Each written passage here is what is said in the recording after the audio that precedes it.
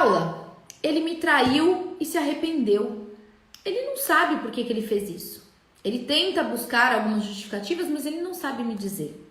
Ele diz, Paula, que se ele pudesse voltar no passado, ele não teria feito o que fez. Eu tenho ouvido isso das mulheres. No começo, Paula, era tudo uma maravilha. E de repente, olha a palavra, de repente, a traição aconteceu. Vocês sempre foram parceiros, sempre foram pau pra toda obra, sempre estavam ali, trabalhando junto, cuidando dos filhos juntos, passando por desafios juntos, e de repente, a traição aconteceu. Tem alguém que se identifica nisso que eu tô dizendo aqui? Sim ou não?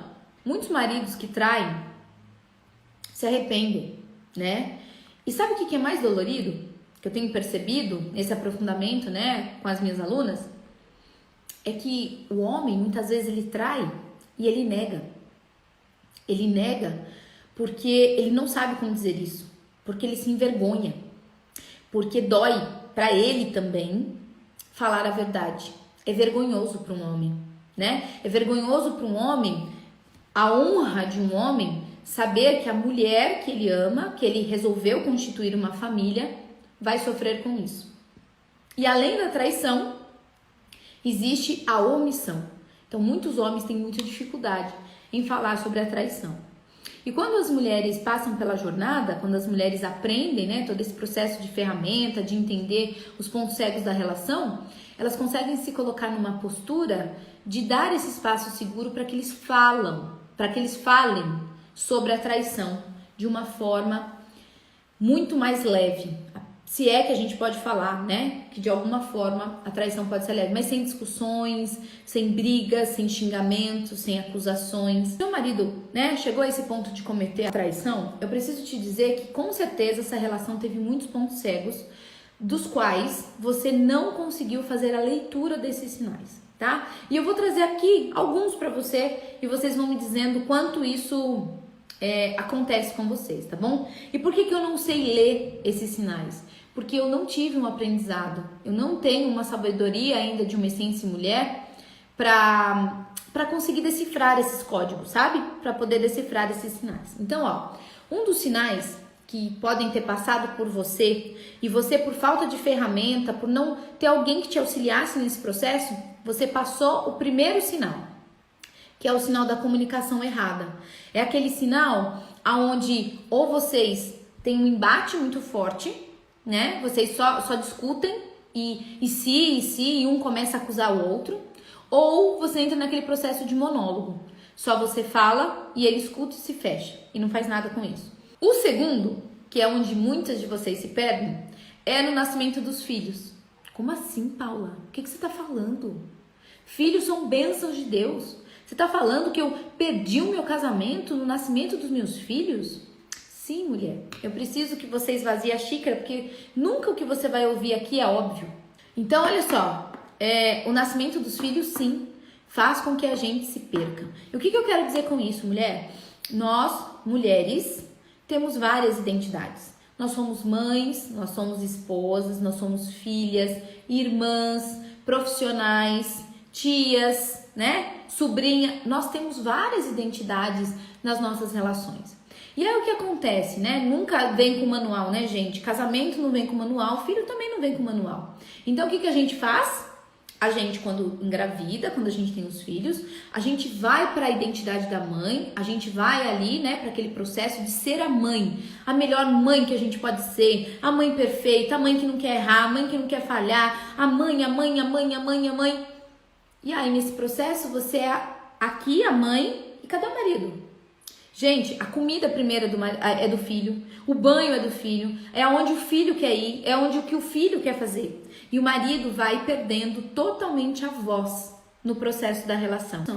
Então, sim, a maternidade, quando ela não tem esse olhar que eu ensino pra vocês, quando eu mostro pra vocês o quanto, e tem uma coisa muito clara. Você fala, não, Paula, não é assim que funciona, não. Eu dou atenção pro meu marido, eu dou atenção pro meu filho. Quer ver só? Pega uma foto atual de vocês.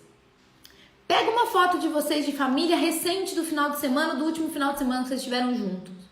Provavelmente essa criança está no meio do casal. Provavelmente essa criança dorme no meio da cama de vocês. Provavelmente na hora de servir todo mundo, na hora da comida, é o seu filho que se serve primeiro.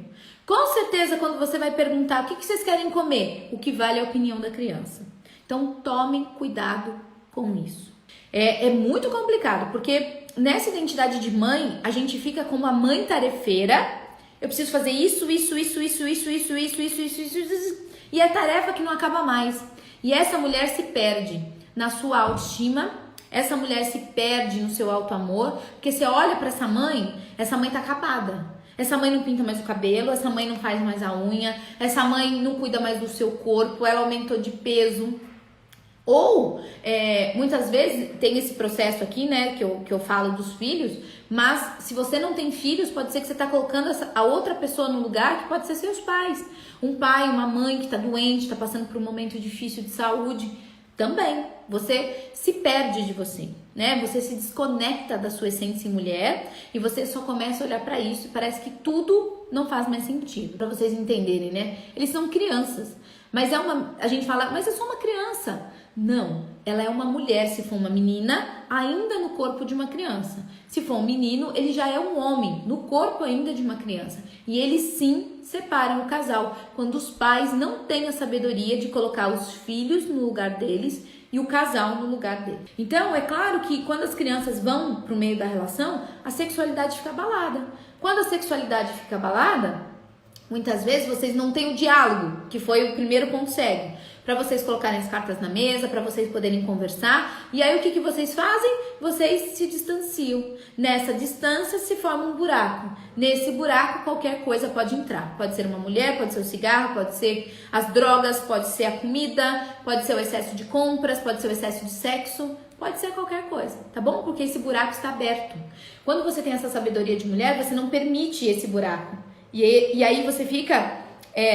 O que eu falo pra vocês? A mulher edifica a sua casa, a mulher sabe edificar a sua casa. Ela sabe que esse buraco não pode existir. Aí a sexualidade fica abalada.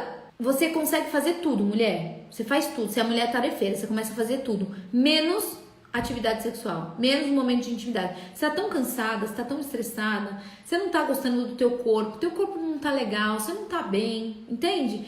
Essa é uma das primeiras coisas que já começam a afastar o casal, que é a dificuldade na sexualidade, que é o afastamento, que é a falta do desejo, que não é só a questão do sexo em si, sabe?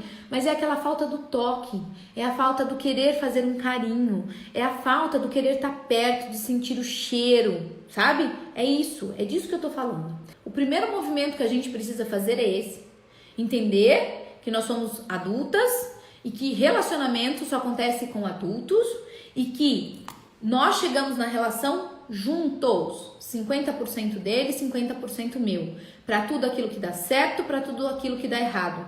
Então não adianta eu sobrecarregar apenas da responsabilidade. E presta atenção na palavra que eu falo aqui. Eu não falo em culpa. Culpa é coisa de criança.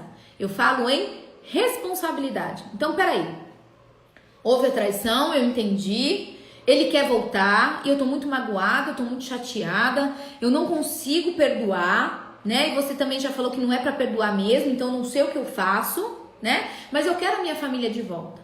Então, o seu primeiro movimento é esse. É olhar pro seu 50%.